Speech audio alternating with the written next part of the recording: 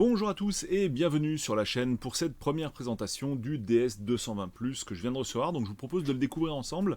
Il ne s'agit pas d'un test produit, je le précise, si vous cherchez ça dans cette vidéo, regardez sur une autre vidéo, mais bien d'un premier aperçu en fait, déballage. On va voir quelles sont les interfaces. Faut-il des outils pour monter le disque à l'intérieur, etc. On va répondre à toutes ces questions dans cette vidéo. On va commencer ici rapidement par les spécifications de la bête, donc DS220 Ici on nous indique que c'est un Intel Celeron J4025, parce que oui, sur la boîte, très souvent, Synology est volontairement assez flou concernant les types de processeurs utilisés. On va vous mettre uniquement 2 cœurs with AES-NI support. Je ne sais pas ce que c'est honnêtement, mais en tout cas, on ne vous précise pas sur la boîte si c'est un processeur de type ARM, donc ce qu'on va trouver sur nos smartphones, nos tablettes, ou bien désormais les ordinateurs, toute la gamme de chez Apple, ou bien si c'est un processeur de type x86, type ce qu'on va trouver dans nos PC, Intel par exemple, Core i5, Core i7, mais également Ryzen 5 et compagnie. Alors du coup, voilà ce qui se cache à l'intérieur de la boîte, on va regarder ça ensemble. Donc processeur x86 pour le coup, avec également un autre truc sympa, c'est la RAM extensible, vous voyez c'est bien précisé ici. Sur un petit modèle 2B, on va dire que c'est plutôt rare, hein, donc ça fait également évoluer le prix du produit. Le serveur est plus cher en fait avec RAM extensible que si la RAM était soudée, puisque ça vous ouvre une évolution possible pour le booster un petit peu dans le futur. Donc voilà, on voit que c'est bien précisé ici. Et ça, traditionnellement chez Synology, c'était plutôt réservé au modèle 4B professionnel, voilà, ou semi-pro. Donc on a ça sur ce modèle 2B, donc ça c'est cool. Qui était quand même relativement cher, hein, je crois qu'il faut compter dans les 350, quelque chose comme ça. Donc voici ici le serveur, on va le déballer ensemble. On va regarder donc quelles sont les interfaces et quels sont les différents accessoires qui sont fournis. Alors on a déjà plus ou moins une idée, hein, notamment adaptateur secteur et compagnie, mais on va faire le point directement ensemble. On va commencer par le serveur en lui-même. Donc un petit serveur 2B, toujours très bien fini, de marque Synology. Alors évidemment maintenant c'est du tout plastique, hein. Avant il y a encore quelques années, on avait souvent des boîtiers en métal, donc ce n'est plus le cas. Également, donc ça fait un bon moment maintenant, mais il n'y a plus besoin de démonter, d'user du tournevis ou quoi pour accéder au disque. Vous enlevez directement la façade, en fait c'est juste, vous voyez ici clipsé avec des petits patins de caoutchouc tout simplement. Et il n'y a donc aucune vis à retirer. Concernant l'insertion des disques ou leur retrait, vous appuyez juste sur push, vous tirez et puis voilà, le rack vient tout seul. Au niveau des disques, il n'y a encore pas si longtemps, il fallait quand même au moins jouer de la vis pour les disques, c'est plus le cas du tout. Ici, hop, c'est bien marqué pull, donc voilà, tirer vers soi. Donc on va tirer vers soi comme ça, c'est un petit peu à la bourrin, voilà, comme ça. Idem de l'autre côté, et puis, voilà, il ne restera plus qu'à insérer le disque, c'est vraiment très facile, directement dans la baie, et puis dans le rack, pardon, se mettre en face des trous du coup qui permettent de mettre les vis de montage, et tiens, alors évidemment il est à l'envers, donc ça risque pas de fonctionner. On va le mettre dans le bon sens, cette fois on est en face des trous, et donc après il reste plus qu'à mettre nos petites barres plastiques. Voilà, donc voilà comment ça se passe, l'insertion d'un disque à l'intérieur du serveur. Bim, là on a mis un côté, reste plus qu'à mettre le deuxième et on va pouvoir l'insérer directement dans la baie. Donc zéro vis, en fait il y a tout simplement pas de sachet de vis fourni avec le serveur, alors ça c'est pas top. Il faut vraiment être bien en face, et des fois les caoutchoucs ont tendance à un peu bouger, donc il faut les recentrer. On va remettre ça, et puis bam, on est tout bien. Voilà, il ne reste plus qu'à insérer notre disque directement dans la baie, et le serveur est prêt pour l'installation. Là également dans le bon sens. Voilà. Donc on va pousser ça, on verrouille, et là, tout est mis en place comme il faut. Ensuite, qu'est-ce qu'on va trouver comme interface?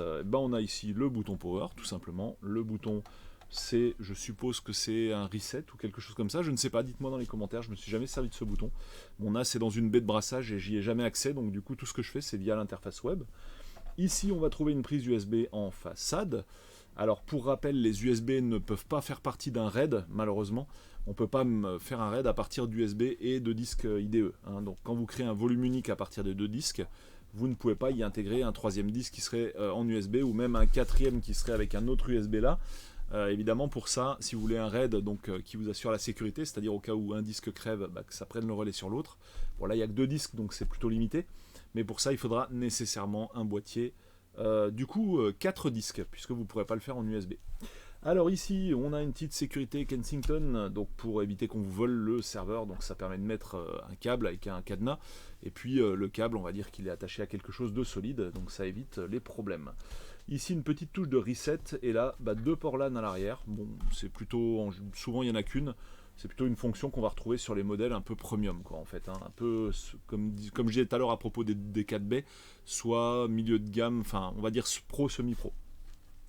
Ensuite, qu'est-ce qu'on va trouver? Là, en fait, on a fait le tour, hein, prise d'alimentation et basta, en fait. On a notre serveur qui est directement prêt à l'usage. Alors évidemment, le petit plastique, faudra le retirer, hein, forcément. Ça ne sert pas à grand-chose, à part à le protéger. Hop. Et après, on remet ça en place et on est parti pour l'aventure. Voilà, ça se clipse. Bim. Hop. Et on est prêt. Donc voilà, pour cette petite presse rapide de ce Synology. Maintenant, reste à voir les accessoires, comme je vous disais tout à l'heure. Alors on a une petite notice succincte dans l'emballage, mais on va pas trop s'appesantir dessus. On va surtout se concentrer sur le carton, ici, qui est fourni avec différents petits accessoires. Alors je vous dis, je ne crois pas qu'il y ait désormais de sachet de vis, hein, puisque tout est sans vis. On a ici donc le gros cordon 230 qui va venir dans le bloc secteur. Une petite prise réseau qui est quand même fournie avec. En même temps, pour le prix, ça peut, j'ai envie de te dire.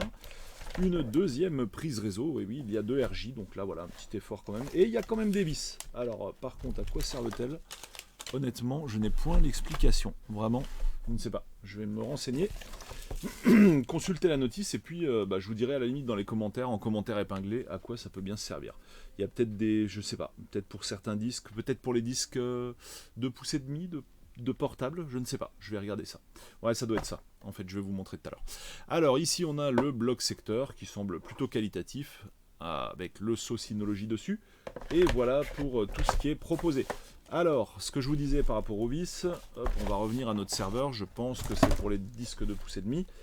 Bim, on va ouvrir la baie qui est aujourd'hui inoccupée, et vous voyez ici, effectivement, vous avez là 4 petits trous, qui vous permettent d'insérer un disque de portable que je vais vous chercher. Voilà, donc si quelqu'un... Alors évidemment, c'est pas très efficient parce que ces disques sont quand même vachement plus chers. Bon, on aura plutôt tendance à mettre des disques de grande taille, hein, en général. Donc là, on peut retirer ça. Et puis, vous voyez, on va vraiment pile s'aligner avec... Hop, une fois qu'on a retiré la barre là, hein, forcément. Voire même peut-être le caoutchouc qui est derrière, non, ça a l'air de pas trop gêner, non, le caoutchouc ne gêne pas. Donc là voilà, on est en face des trous, et puis on peut effectivement, alors évidemment plutôt dans l'autre sens, puisque les prises SATA et Molex sont de l'autre côté, on a ici voilà la possibilité de mettre un petit disque dur de 2,5 pouces à l'intérieur de son serveur. La possibilité a été prévue, même si clairement on va pas le faire en fait en cas concret. On va plutôt préférer insérer des disques de grosse capacité, de grande taille, parce que ça va coûter moins cher au giga, tout simplement. Voilà. Et puis pareil, dans ces petits formats de disques, on va pas trouver de disques typiquement dédiés spécialement au serveur. Donc des disques qui n'ont pas forcément une grande vitesse de rotation, qui sont vraiment prévus pour tourner des centaines et des centaines d'heures. C'est pas dans ce format-là, je ne crois pas que ça existe en fait. Les disques spécial serveur, on les trouve plutôt. Alors c'est peut-être aussi un argument marketing, hein. Honnêtement, je suis pas allé vérifier dans la durée si c'était vraiment efficace ou pas, comme les Iron Wolf par exemple, ou ce genre de choses. Mais en tout cas, on les trouve pas dans le petit format, sauf erreur de ma part. Par contre, on peut mettre des SSD dedans aussi.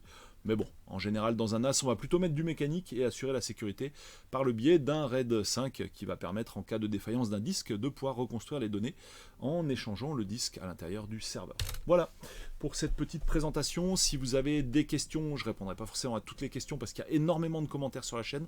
Par contre, la communauté est vivace et du coup, il y a peut-être d'autres personnes qui vous répondront ou peut-être moi, je ne sais pas. Mais si vous avez des questions, posez-les quand même dans les commentaires prévus à cet effet. Fin de cette petite vidéo. Sur ces fortes paroles, je vous laisse.